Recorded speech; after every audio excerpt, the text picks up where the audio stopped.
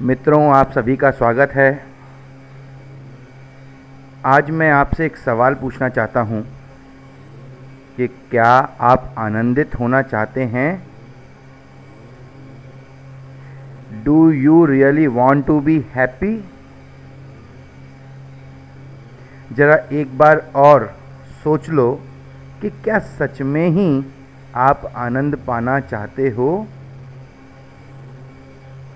अच्छा बताओ कि क्या आप आनंद पाने के हकदार हो?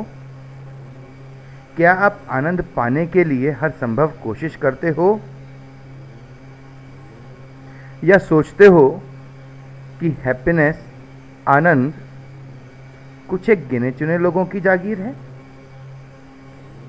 जिनके पास धन है या पावर है या कोई बहुत स्मार्ट ब्यूटीफुल है या जो कोई राजा महाराजा है या कोई साधु सन्यासी, वही आनंदित हो सकता है? नहीं, ऐसा नहीं है। आप सभी हकदार हैं आनंद पाने के, और उसका तरीका है आप अभी यहीं इसी वक्त आनंद का अनुभव कर सकते हैं, आनंदित हो सकते हैं। और अगर आपको लगता है कि आप आनंद नहीं पा सकते, आप उसके हकदार नहीं हैं, तो बेहतर होगा कि आप लोग अभी इसी वक्त मुझे सुनना बंद कर दें और यहाँ से चले जाएं।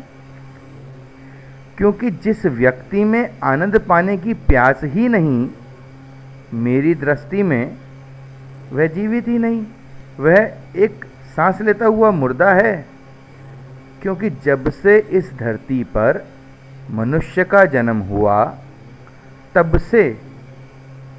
से उसकी तलाश, उसकी कोशिश, जो कुछ आप देख रहे हैं, यह संपूर्ण जगत का विस्तार, यह केवल एक ही बात की ओर इशारा करता है, और वह है आनंद की खोज। आप म्यूजिक सुनते हैं, क्यों बताइए? आनंद के लिए। आप सिनेमा जाते हैं, टीवी देखते हैं, नाच देखते हैं, चुटकुले सुनते या सुनाते हैं, क्यों? आनंद के लिए। आप खेलते हैं, एडवेंचर करते हैं, शराब पीते हैं या कोई और नशा करते हैं, क्यों? मात्र आनंद की खोज में। यहाँ तक कि सेक्स भी करते हैं तो आनंद की खोज में।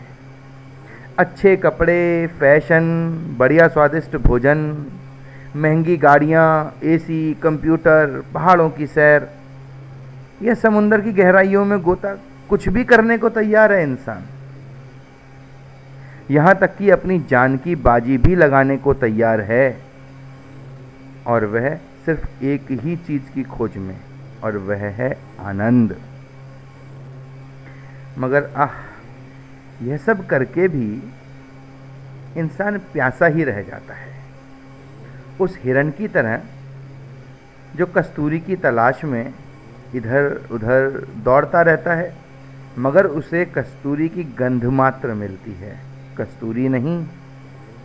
इसी तरह इंसान खोजता तो है आनंद, मगर उसे मिलता है मात्र क्षणिक सुख, टेम्परेरी प्लेजर।